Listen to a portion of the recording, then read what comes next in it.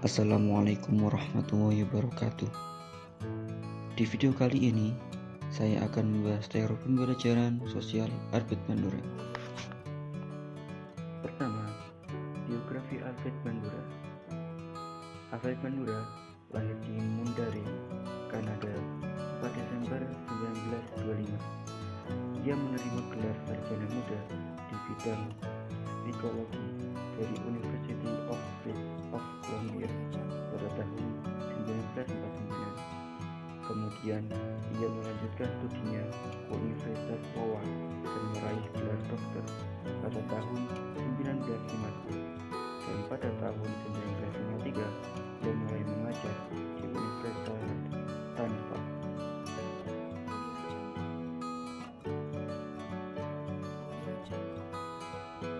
Sejarah teori pembelajaran sosial.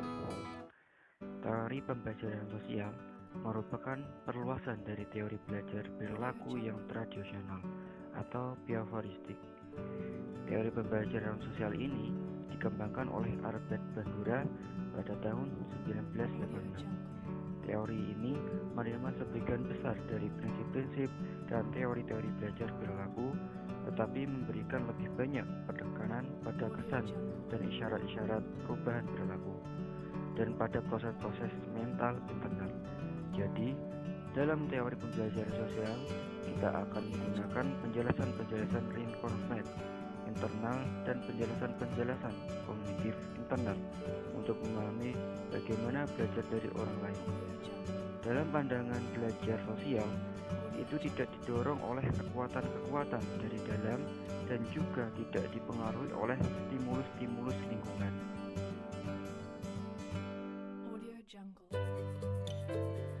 Teori belajar model ini, perilaku peniruan manusia terjadi karena manusia merasa telah memperoleh gambaran ketika kita meniru orang lain dan memperoleh hukuman ketika kita tidak meniru. Menurut Bandura, sebagian besar tingkah laku manusia dipelajari melalui peniruan maupun penyajian. Contoh tingkah laku. Dalam hal ini, orang tua dan guru memainkan peran penting sebagai seorang model atau tokoh bagi anak-anak untuk menirukan tingkah laku mereka. Proses modeling. Menurut teori belajar sosial, perbuatan bisa saja menggunakan gambaran kognitif dari tindakan. Secara rinci, dasar kognitif dalam proses belajar dapat diringkas dalam 4 tahap, yaitu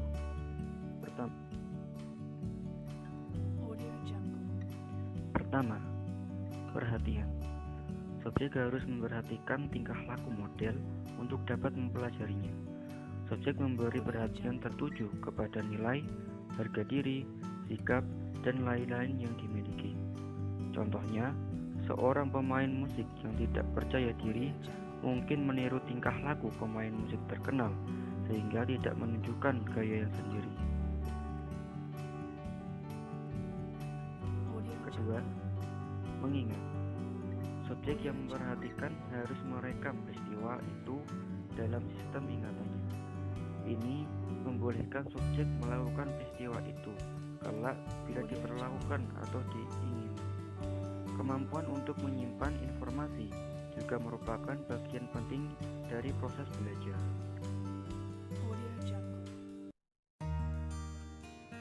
Yang ketiga, reproduksi gerak.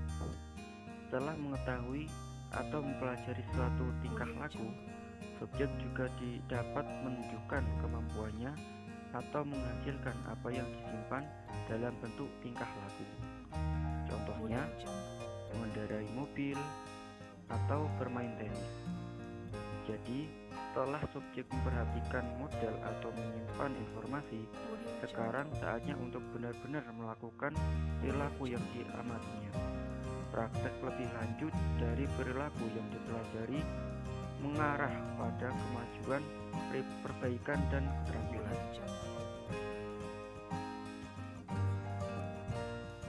Yang keempat, motivasi. Motivasi juga penting dalam pemodelan Albert Bandura. karena dia adalah mengarah individu untuk terus melakukan sesuatu. Jadi, subjek harus termotivasi untuk meniru perilaku yang telah dimodelkan.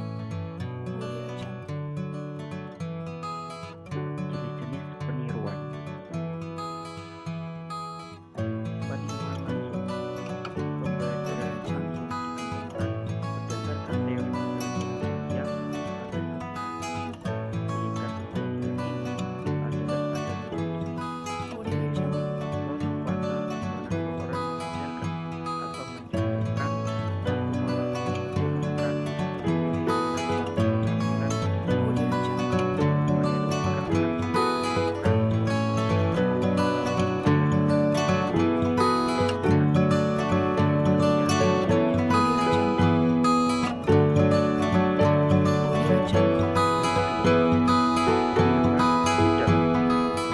peniruan tidak langsung adalah melalui imajinasi atau perhatian secara tidak langsung.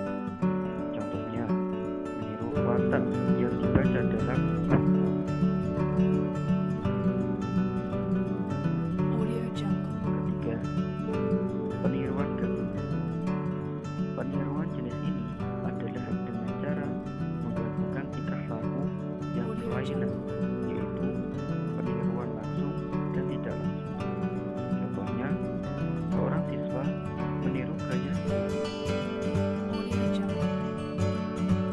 Keempat, peniruan besar. Tingkah laku yang ditiru hanya sesuai untuk situasi tertentu saja. Contohnya, meniru gaya berpakaian yang terkenal di televisi.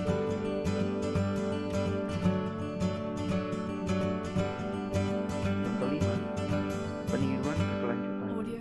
Tingkah laku yang ditiru boleh ditonjolkan dalam situasi apapun. Contohnya, belajar meniru gaya bahasa.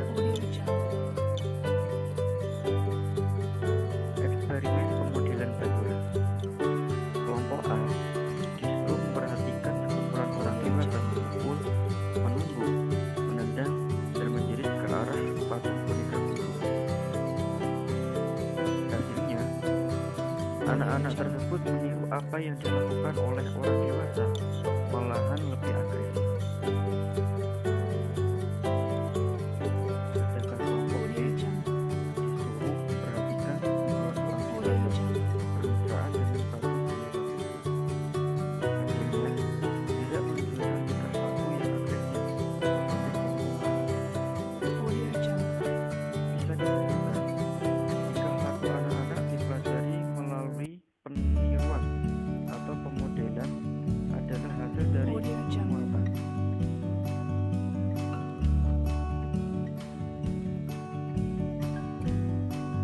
Kelemahan teori Albert Bandura.